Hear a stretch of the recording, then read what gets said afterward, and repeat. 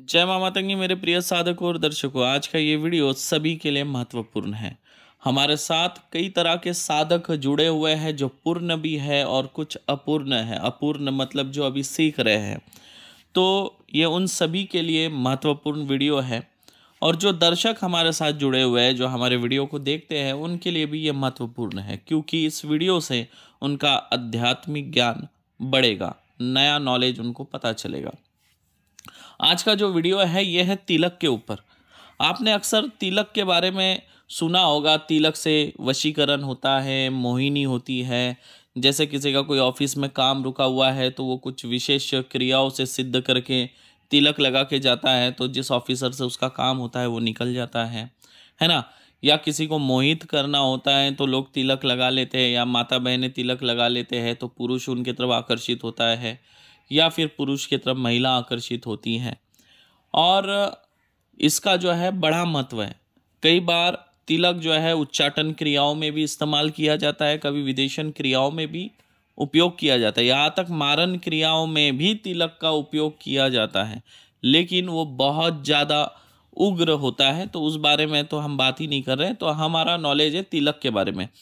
तिलक का साधना से क्या संबंध है ये जरूरी है, सुन लीजिए।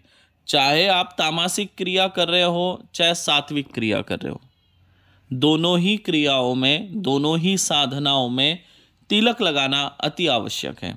देखिए, जो आप तामसिक क्रियाएं कर रहे हैं उसमें ज़्यादातर जो है काले कलर का तिलक लगाया जाता है। कुछ विशेष क्रियाएं होती है तामसिक में जिसमें लाल कलर का जो है तिलक लगाया जाता है, और पीले कलर का भी तिलक लगता है, वो बहुत कम होता है। लेकिन तामसिक क्रियाओं में ज़्यादातर अक्सर देखा जाए तो काले कलर का तिलक लगता है। बाकी जो सात्विक साधनाओं में जो है कुंकू का, सिंदूर का तिलक लगता है, और ये अति आवश्यक है। अगर आप तिलक नहीं लगाते हैं तो आपकी साधना सफल नहीं होगी, क्योंकि बिना तिलक लगाए कोई भी पूजा पाठ का फल इंसान को प्राप्त नहीं होता है। चाहे आप पूजा पाठ क्यों ना कर रहे हो, अगर आपने माथे पर तिलक नहीं लगाया है तो उसका फल आपको प्राप्त नहीं होगा। ठीक है। अगर आपने माथे पर तिलक नहीं लगाया है, अगर आप कोई साधना कर रहे हैं तो साधना सफल नहीं होगी। आपका मंत्र भी सही होगा, आपकी मेहनत भी सही होगी, आपने सही तिथि पर, सही समय पर आपने साधना की होगी, उसके बावजूद आपकी साधना असफल हो जाएंगी। और ये गलती हमारे कई साधकों ने की होगी और हमारे कई दर्शकों ने की होगी। बिना तिलक लगाए अगर आपने साधना की होगी तो असफल हुआ होगा, तो उसके पीछे ये एक बहुत बड़ा कारण हो सकता है। उसके बाद दूसरा एक कारण ये भी हो सकता है कि आपने सिद्ध आसन न लिया हो। देखिए, आसन दो तरह का होता है, एक सिद्ध और एक ऐसा ही आपने मार्केट से खरीद लिया। मार्केट से जो आसन खरीद लिया वो सिद्ध नहीं होता, और जब आपका आसन सिद्ध नहीं होगा तो आप जो भी मंत्र जाप करेंगे वो सीधा धरती माता को प्राप्त हो जाएगा। मतलब सिद्ध आसन न होना मतलब आसन का होना या न होना के बराबर है। अगर आपके पास सिद्ध आसन है तो वो जो मंत्र जो आप जाप कर रहे हैं या जो साधना कर रहे हैं, उसके जाप को, उसके शक्ति को धरती माता को खींचने नहीं देगा, उससे वो रोकेगा। समझ गए आप लोग? आप लोग एक बात तो जानते हैं कि धरती माता में गुरुत्वाकर्षण है। मतलब अगर हम कोई भी चीज़ ऊपर फेंकते हैं तो धरती माता अपनी तरफ खींचती है। ठीक उसी आकर्षण के तरह धरती माता जो है हमारे मंत्र जाप को, हमारे क्रियाओं के शक्ति को, बल को खींच लेती है। इसीलिए आसन अति आवश्यक है। आसन केवल आसन नहीं, सिद्ध आसन होना चाहिए। तो हमारे दरबार में जो है सिद्ध आसन मिलता है, और इस वक्त नहीं है। देखिए, हमारे यहाँ एक बात है, अगर आसन है, सिद्ध है, तो ही हम आपको देंगे।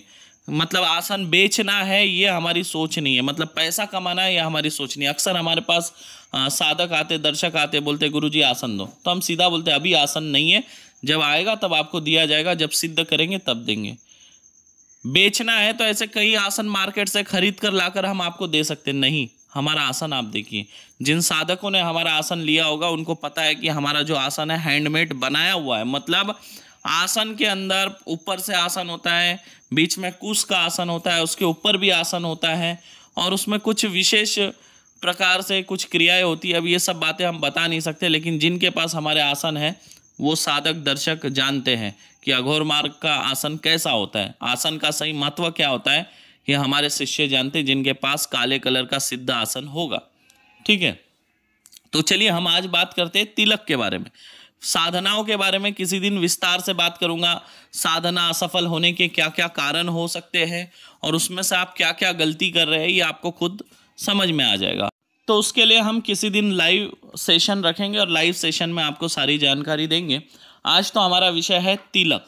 तिलक कैसे लगाया जाता है, तिलक के कितने प्रकार होते हैं, हर तिलक के अलग अलग मंत्र होते हैं, सभी तिलक के सिद्ध मंत्र दूंगा।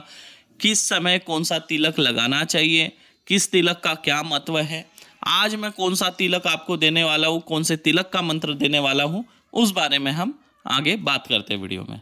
देखिए, जो भी साधक जब साधना करते हैं, जो उनका साधना काल होता है 5 दिन 10 दिन या महीने भर का जो भी हो, उस साधना काल के दौरान याद रखिए जब भोजन भी जब साधक करता है तो माथे पर तिलक लगा होना चाहिए, नहीं तो दोष लगता है और इसका सीधा असर आपके साधना पर पड़ता है।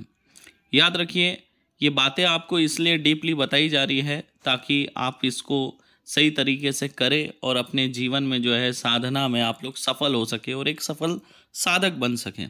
देखिए, विषय तो काफ़ी बड़ा रहता है और विषय इतना रखना बड़ा मुश्किल हो जाता है क्योंकि वीडियो काफ़ी लंबा बन जाता है और लोग देखना पसंद नहीं करते, तो शॉर्टकट में बताना होता है और शॉर्टकट में जो है पूरी जानकारी प्राप्त नहीं हो पाती है। देखिए, माथे पर तिलक लगाने से जो है मानसिक शांति तो मिलती ही है आपको, साथ ही साथ आपका तेज बढ़ता है, प्रभाव बढ़ता है, आपका जो ओरा पावर है वो भी बढ़ जाता है, आपका जो आत्मबल है उसमें वृद्धि होती है, आपके आज्ञा चक्र में जो है हरकत होती है, कहीं ना कहीं जो है आपका आज्ञा चक्र एक्टिव होने लगता है उससे। और जब भी याद रखिए, अगर आप तिलक का चंदन लगाते हैं तो तिलक का चंदन जो है आपको मानसिक शांति देता है, सर ठंडा रखता है आपका और सकारात्मक प्रभाव पड़ता है चंदन के तिलक से। और पुष्प को जो चंदन के साथ अगर घस के लगाया जाए तो वो और भी ज़्यादा ठंडा हो जाता है। जैसे स्त्रियाँ जो है कुमकुम का तिलक लगाते हैं भाल पर, तो जो बहुत ज़्यादा मंगलकारी होता है। आप देखते होंगे देवी देवता भी जो है तिलक लगाए हुए होते हैं, है ना। जैसे श्वेत चंदन हो गया, लाल चंदन हो गया, कुमकुम हो गया, बिल्व पत्र, भस्म आदि का तिलक करना जो है वो बहुत ज़्यादा शुभ माना जाता है। तिलक का वास्तविक अर्थ है पूजा के बाद माथे पर लगाया जाने वाला चिन्ह। शास्त्रानुसार यदि द्विज, ब्राह्मण, क्षत्रिय, वैश्य, है ना, ये तिलक नहीं लगाते हैं तो वे चांडाल है। तिलक जो है हमेशा आपके दोनों आईब्रो के बीच में, मतलब आपके दोनों भौवे के बीच में लगाना होता है, जिसे आप लोग जो है आज्ञा चक्र भी कहते हैं, भुरकुटी भी कहते हैं या चेतना केंद्र भी आप लोग इसे कहते हैं। ठीक है, इस जगह पे तिलक की बिंदी लगानी चाहिए जो आपके आज्ञा चक्र को जो है तुरंत एक्टिव करेगा। और साधना के दौरान जो है आपका आत्मविश्वास जो है बहुत ज़्यादा बढ़ा हुआ रहेगा, फुर्ती आपके अंदर रहेगी, आलस नहीं रहेगा। साधना के दौरान आप में ऐसे आलस नहीं आएगा, नींद का जो आपको कुछ प्रभाव नहीं होगा आपके शरीर के ऊपर और आप जो साधना है अच्छे से कर पाएंगे। आत्मविश्वास बढ़ा रहेगा, नकारात्मकता आपसे दूर रहेगी। तो इसलिए याद रखिए, जो तिलक है वो हमेशा आपको करना चाहिए। तिलक के 4 प्रकार होते हैं, 4 तरह के तिलक होते हैं, कुमकुम, केसर, चंदन और भस्म। और 5वां तिलक जो होता है वो मिक्स तिलक कहते हैं। ठीक है, यानी विशेष प्रकार के अलग अलग चीज़ों को मिक्स करके लगाए जाते हैं, वो मिक्स तिलक होते हैं। तो जो तिलक का महत्व है वो आप थोड़ा सा समझ लीजिए, आगे फिर मैं आपको बताऊंगा। जो भी व्यक्ति बिना तिलक लगाए भोर या संध्या के समय हवन करता है तो उसको इसका फल जो है प्राप्त नहीं होता।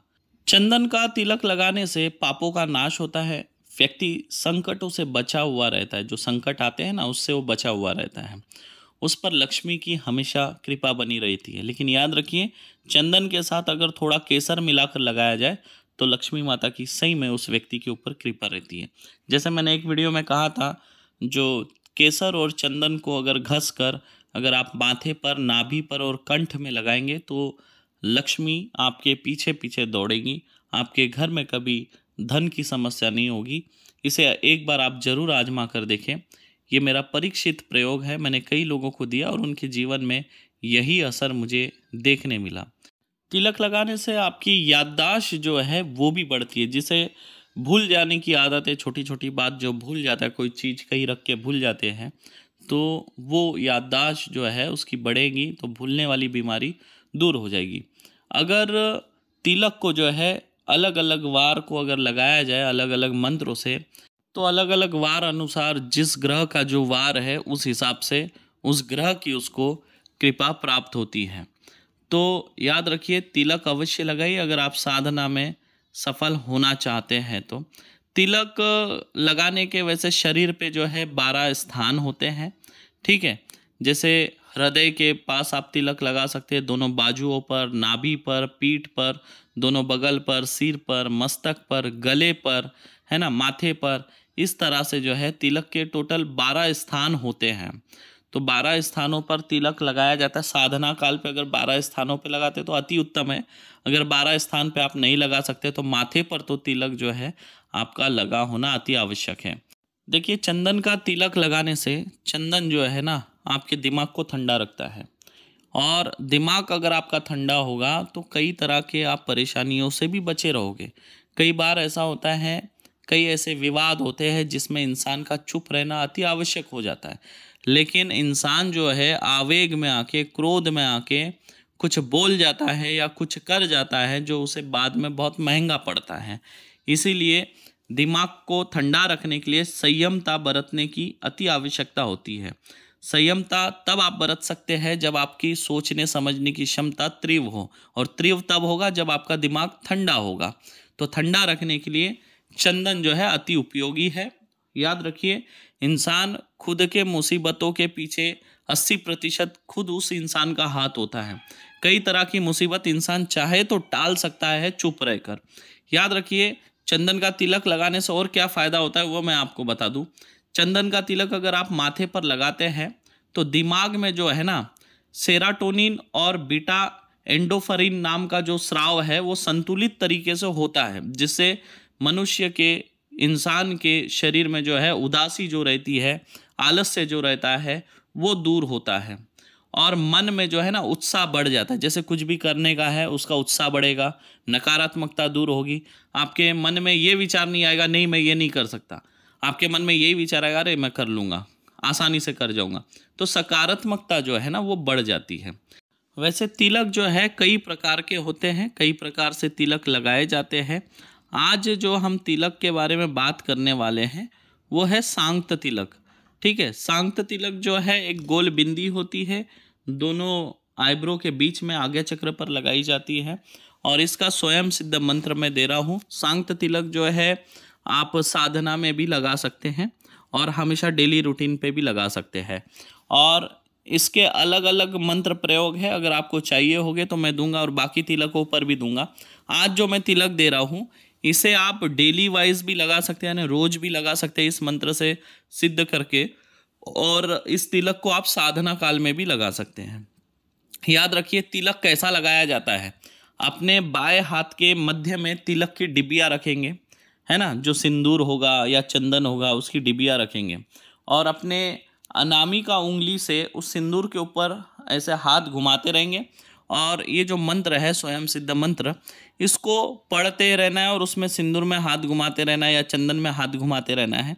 3 बार मंत्र बोलेंगे, 3 बार फूंक मारेंगे, उसके बाद जो है आप अपने आज्ञा चक्र के ऊपर तिलक करेंगे, तो ये आपका जीवन बदल देगा। याद रखिए, हर तरीके से, सांसारिक तरीके से, भौतिक तरीके से, शारीरिक तरीके से, आत्मिक तरीके से, हर तरीके से आपका जीवन बदल देगा।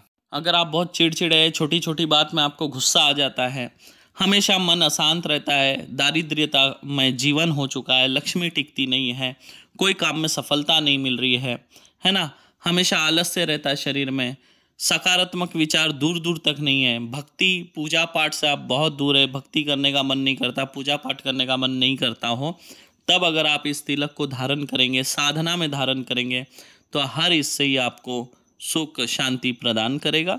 इस तिलक का अवश्य प्रयोग करिए। आज का ये वीडियो आप लोगों को कैसा लगा कमेंट करके मुझे ज़रूर बताइए।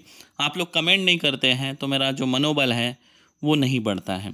मैं कई तरह के आपको अलग अलग तरीके के मंत्र दूंगा, लेकिन आप लोगों का सहयोग होना चाहिए। आज का ये जो मंत्र है ये लाखों साल पुराना मंत्र है जो आपको कोई नहीं देगा, केवल मैं आपको दे रहा हूँ। आशा करता हूँ आज का वीडियो आप लोगों को अच्छा लगा होगा। फिर मिलूंगा किसी और वीडियो में, तब तक के लिए आप सभी को जय मां मतंगी।